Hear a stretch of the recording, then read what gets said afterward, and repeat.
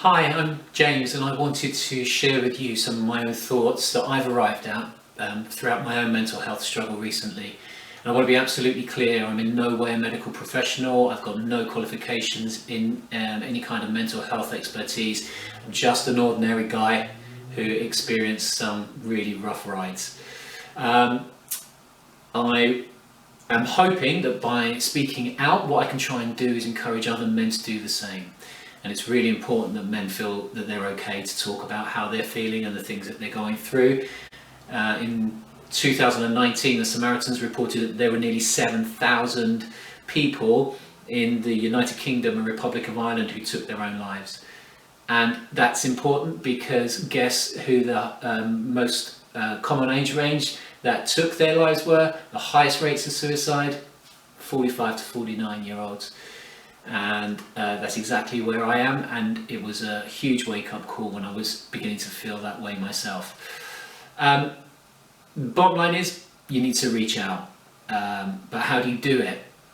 Because when you're going through these emotions, what you feel is isolation, and you feel down, and you feel a whole load of things like shame and guilt, and worry that people are actually going to find out about how it is that you're not coping.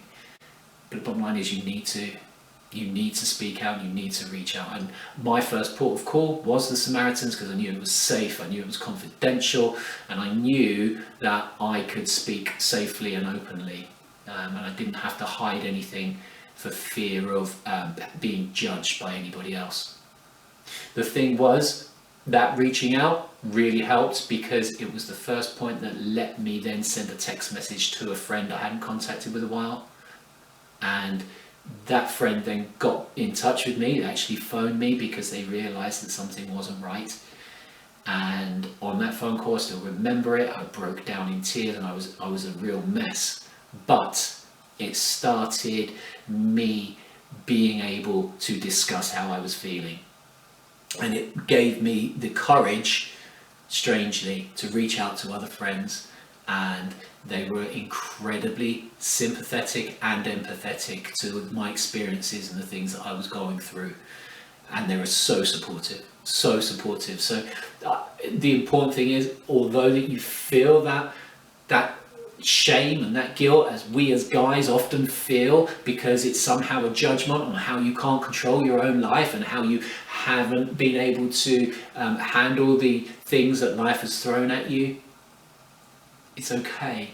You don't have to have everything under control all the time, and it's okay to admit that you need help. You don't have to feel like you've got it. You don't have to feel like it's all under control, because sometimes life's just not like that. What do you do when people say to you, "How are you feeling today?" Your standard response is, "I'm fine, it's okay." And I changed that narrative. I changed that narrative to, do you know what? I'm not great. Because that's something that you would say if you're feeling unwell, if you're having a cold or some kind of illness, you sometimes say you don't feel great, and someone asks, "Oh, why, what's wrong?" And that was the road, that was the route in to be able to just little by little reveal that not everything was okay with what I was going through. People are amazing, people are really encouraging, people are really supportive. Don't worry about reaching out, because there are people around you who won't judge you, who will help you and will support you.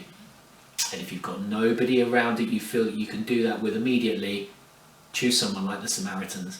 It's safe, it's secure, they are there to help and support, and it really helps to get out what you're feeling in here.